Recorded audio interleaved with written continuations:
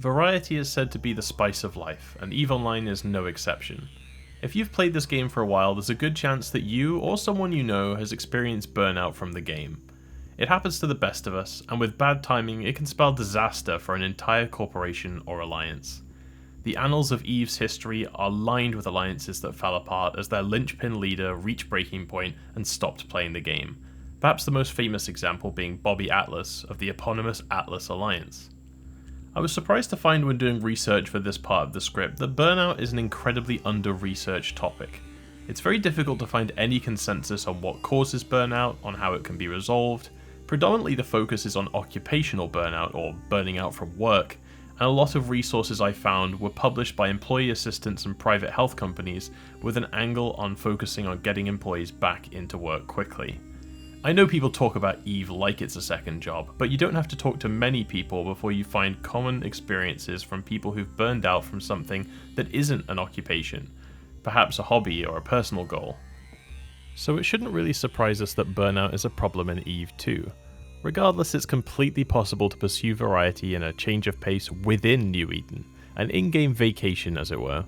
In this video I'm going to go through just a few examples of some side activities you could be doing on an alt account, or just jump cloning with your main account even, in order to keep EVE feeling fresh and varied. Not to mention, exposure to other corners of the game is a great way to gain a varied skill set, and you'd be surprised how often these lessons cross over and make you a better player overall. New players especially have a habit of burning themselves out fast. EVE can be punishing on the early game progression pacing. I think EVE's training speed perfectly suits someone who puts a few hours into the game in the evenings every other day or so, but if the game gets its claws into you early, you face a difficult balance of discovering countless new things to do and places to explore, but with a difficult waiting game for your in-game skill to catch up with your interests.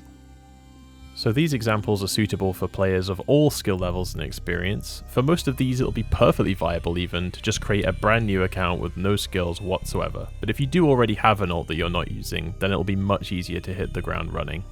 Please, please, please remember your character slots too.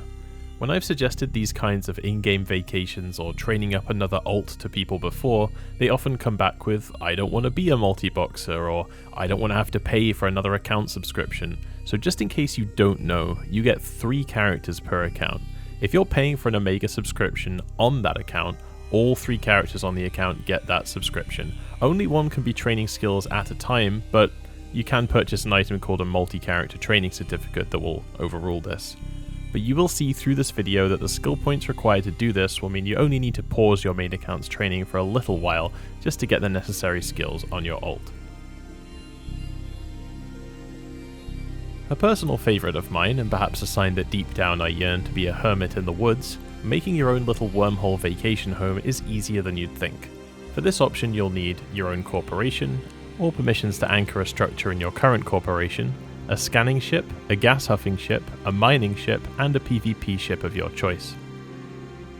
My preferred option would be to use a small control tower, a venture, an endurance, a buzzard, and an Executor Navy issue.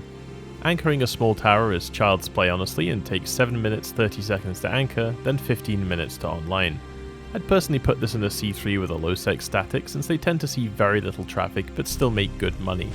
If I was staying there longer, I'd probably move my C3 wormhole ratting praxis in too, but at first it's easier to stick to the data and relic sites, with the occasional sprinkling of wormhole gas and any low-sec gas that you find in the low-sec static. The small control tower is a great low-cost option, being very easy to set up and tear down as and when you need to. Control towers don't get a lot of attention from other wormholes either, unless you happen to anchor in an already occupied wormhole, so make sure to check the system map for any existing citadels in the system. Keep in mind that you will need to refuel it occasionally, or offline it to save fuel, but this will bring down the force field. For an even lower commitment option, wormhole day tripping is just as viable. If you live in low sec or high sec, you'll almost always find a low class wormhole entrance within a couple of jumps of your usual home system. From there you can try out a new chain of wormholes every day without the need for maintaining a control tower. Just remember to bookmark early and bookmark often, or you might become EVE Scout Rescue's next customer. The Uprising expansion in 2022 pulled faction warfare to the forefront of the game, breathing fresh new life into it. While there's been plenty of tinkering and tweaking since then, the main upshot for those who haven't played the game in a while is that you can now do faction warfare without leaving your current corporation, at least as long as your corporation allows it. I don't think I've ever met a corporation that doesn't permit individual enlistment, but on the off chance yours doesn't, maybe give your directors a nudge. All you have to do is pick one of the 4 empires, Minmatar, Galente, Kaldari or Amar, head to one of their NPC stations and enlist. You can find the closest enlistment station to you by opening up the Neocom menu, going to Activities, then Factional Warfare, select Empire and then your preferred choice and click Initiate Enlistment for it to become an active opportunity. If you prefer, you can also join either Angel Cartel or Garistas Pirates rather than one of the 4 empires, but I personally recommend this only for people with experience doing regular faction warfare, as it builds upon these mechanics in a way that might be a bit challenging for a first introduction to the space. Once you've picked your alignment, the next step is choosing a place right on the edge of the faction warfare warzone and making that your faction warfare vacation home. For example, I usually do faction warfare as Amar, so I use Comella. Faction warfare is incredibly approachable in terms of skill points and cost of entry, as there's a lot of frigate-on-frigate fights, so I highly recommend checking out the latest entry of the Faction Warfare Yearbook for some ship fitting inspiration, then getting a whole bunch of those fits shipped to your new vacation home. Often these ships are so cheap that shipping is going to cost you more than the ships themselves, providing you don't ship them yourself. I'm not going to go into any more detail about the actual mechanics of faction warfare, as there's plenty of other videos that go into better detail about that, but rest assured it's easy to learn with a low cost of entry, lots of PvP practice, a lucrative payout for those with proficiency or perseverance at least, and a vibrant community to socialise with, if that's your jam.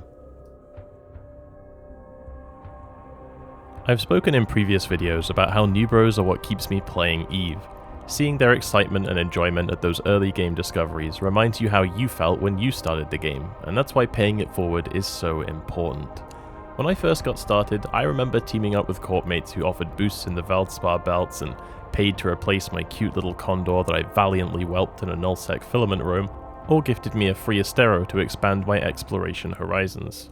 So if you're stuck for things to do, grab a mining ship or a porpoise and fly around Highsec, see if you can find anyone solo mining and strike up conversation. Form a fleet and maybe give them boosts and compression even. This is a huge deal to a lot of new bros for whom you might be their first interaction in EVE, so do the community proud, help with their questions, maybe give them a ship or some ISK to help them along their way. Just don't be offended if they're spooked off or don't want to fleet up with you.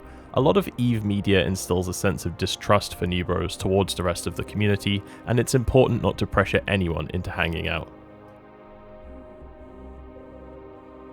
If you don't feel like turning your playstyle upside down, another easy option is setting yourself a short-term goal.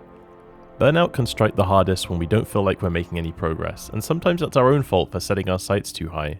I've met plenty of players who are putting goals on their EVE journey that will take months or even years to achieve. There's nothing wrong with having a long-term goal, but try setting yourself more short-term goals instead, so that you can enjoy the occasional dopamine of progression and success. This works best when the goal isn't a numbers-based one too.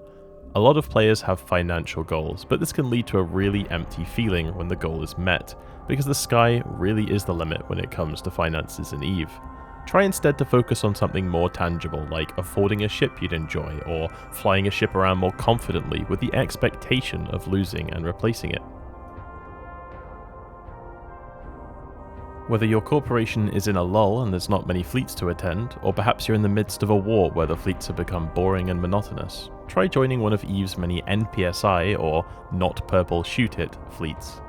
If you've never been on one of these fleets before, the basic premise is that all sorts of players from various alliances come together to roam around various spaces of EVE, fighting for fun regardless of the enemy.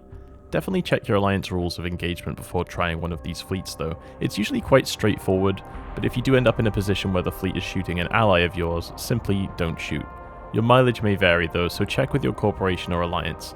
Just my 2 cents, but no good alliance should be limiting their pilots' participation in these kind of community events without good reason. If that sounds like an interesting option to you, check out the NPSI Rocks website, which keeps a calendar of fleets, who's running them, and where and when they start. You'll get a feel after a while for which fleets actually interest you the most, but don't be scared to jump in head first. Because of the nature of these fleets pulling in people from all around the game, they're usually extremely welcoming to new and inexperienced players. I really hope that one of these options has appealed to you, or if not, that you're at least thinking about the things that help you avoid burnout. Just remember that ultimately EVE Online is a game, real life is always a priority, and if you need a break, you should take one. Keep in mind that where wars are concerned in EVE Online, burnout is also a tool that groups are aware of and will leverage against their opponents. Most wars aren't fought tooth and nail from day one until the loss of the last system, rarely is that the case. Instead, battle after battle grinds down an alliance, using burnout to strip away layers of committed players until too few remain to keep up the fight. If you have any other tips for avoiding burnout, I'd love to hear them in the comments below, and if you enjoyed this, check out some of my other EVE videos and subscribe if you want to see my new uploads too. See you in the next one. If you want to help support the channel, consider buying your next EVE Online pack, subscription, or Plex from marqueedragon.com using the link in the video description. Use coupon code BILL at checkout for 3% off your order. I've also got YouTube membership enabled now. I've only recently become eligible for it, but the plan is to include some member-only videos and probably a Discord server or something like that.